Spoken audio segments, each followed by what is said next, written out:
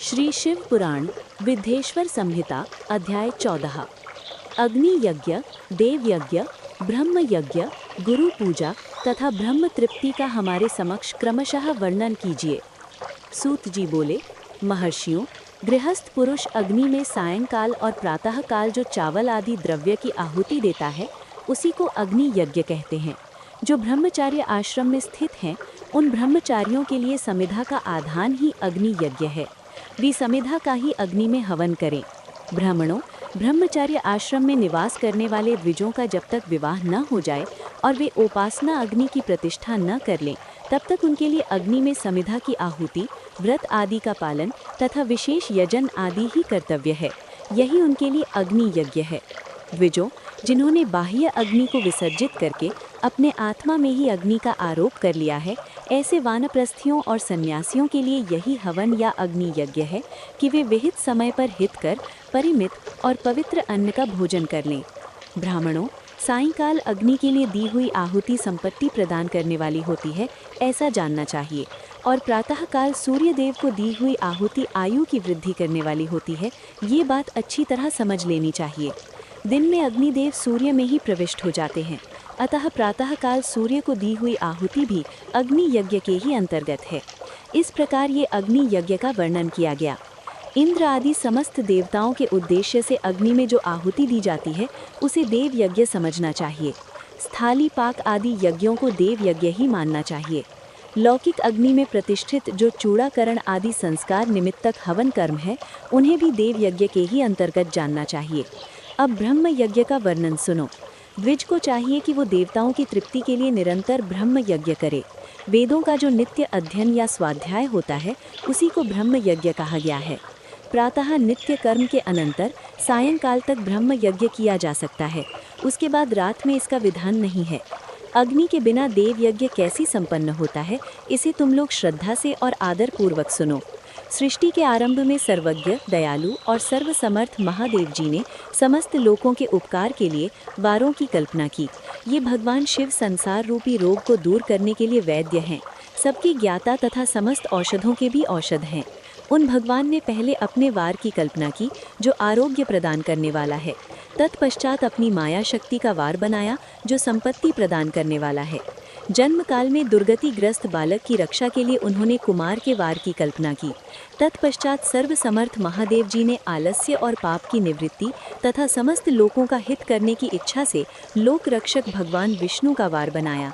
इसके बाद सबके स्वामी भगवान शिव ने पुष्टि और रक्षा के लिए आयुष्कारक त्रिलोक सृष्टा परमेष्ठी ब्रह्मा का आयुष्कारक वार बनाया, जिससे संपूर्ण जगत के आयुष्य की सिद्धि हो सके।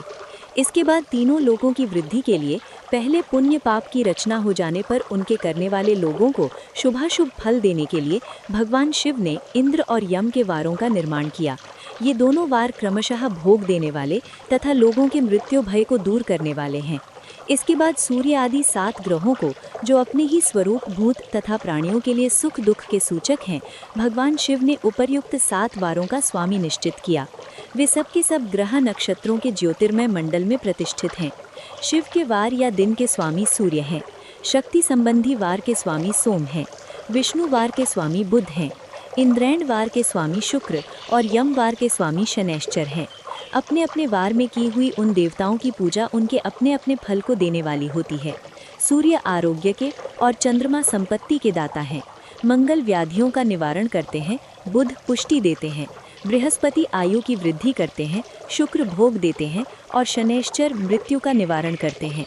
ये 7 वारों के क्रमशः फल बताए गए हैं जो उन देवताओं की प्रीति से प्राप्त होते हैं। अन्य देवताओं की पूजा का फल देने वाले भगवान शिव ही हैं। देवताओं की प्रसन्नता के लिए पूजा की 5 प्रकार की ही पद्धति बनाई गई।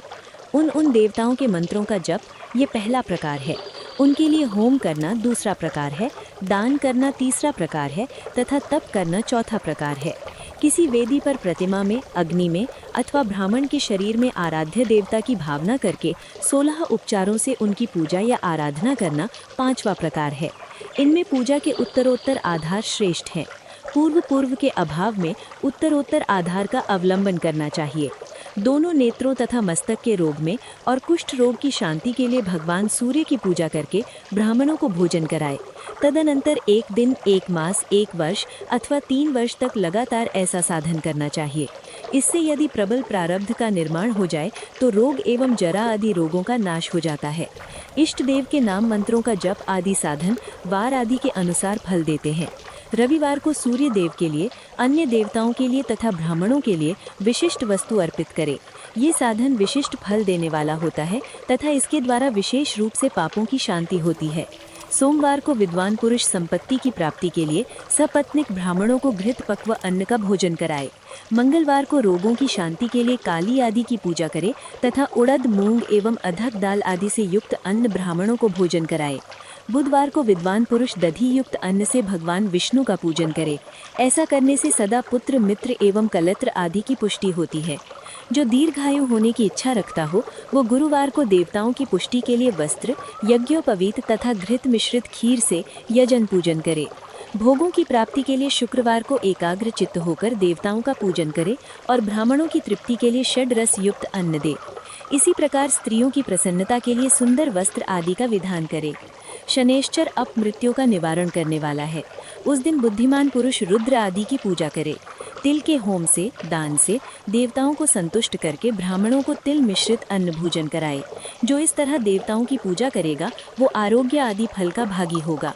देवताओं के नित्य पूजन, विशेष पूजन, स्नान, दान, जप, होम तथा ब्राह्मण तर्पण आदि में और रवि आदि वारों में विशेष तिथि और नक्षत्रों का योग प्राप्त होने पर विभिन्न देवताओं के पूजन में सर्वज्ञ जगदीश्वर भगवान शिव ही उन देवताओं के रूप में पूजित हो सब लोगों को आरोग्य आदि फल प्रदान करते हैं। देश, काल, पात्र, द्रव्य, श्रद्धा एवं लोक के अनुसार उनके तारतम्य क्रम का ध्यान रखते हुए महादेव जी आराधना करने वाले लोगों को आरोग्य आदि फल देते हैं। शुभ काम के आरंभ में और अशुभ अर्थात अंत्येष्टि आदि कर्म के अंत में तथा जन्म नक्षत्रों के आने पर गृहस्थ पुरुष अपने घर में आरोग्य आदि की समृद्धि के लिए सूर्य आदि ग्रहों का पूजन करे। इससे सिद्ध है कि देवताओं का यजन संपूर्ण अभीष्ट वस्तुओं को देने वाला है। ब्राह्मणों का देवयज्ञ कर्म वैदिक मंत्र के साथ होना चाहिए। शूद्र आदि दूसरों का देवयज्ञ तांत्रिक विधि से होना चाहिए। शुभ फल की इच्छा रखने वाले मनुष्यों को सातों ही दिन अपनी शक्ति के अनुसार सदा देव पूजन करना चाहिए। निर्धन मनुष्य तपस्या अर्थात व्रत आदि के कष्ट सहन से और धनी धन से देवताओं की आराधना करे। वो बार बार श्रद्धापूर्वक इस तरह के धर्म का अनुष्ठान करता है और बारंबार पुण्य लोकों में नाना प्रकार के फल भोग कर पुनः इस पृथ्वी पर जन्म ग्रहण करता है। धनी पुरुष सदा भोग सिद्धि के लिए मार्ग में वृक्षादि लगाकर लोगों के लिए छाया की व्यवस्था करे। जलाशय अर्थात कुआं, बावड़ी और पोखरे बनवाए। वेद शास्त्रों की प्रतिष्ठा के लिए पाठशाला का निर्माण करे तथा अन्यान्य प्रकार से भी धर्म का संग्रह करता रहे।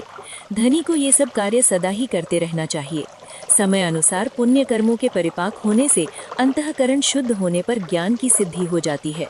द्विजो, जो इस अध्याय को सुनता है, पढ़ता है या सुनने की व्यवस्था करता है उसे देव यज्ञ का फल प्राप्त होता है। ओम नमः शिवाय।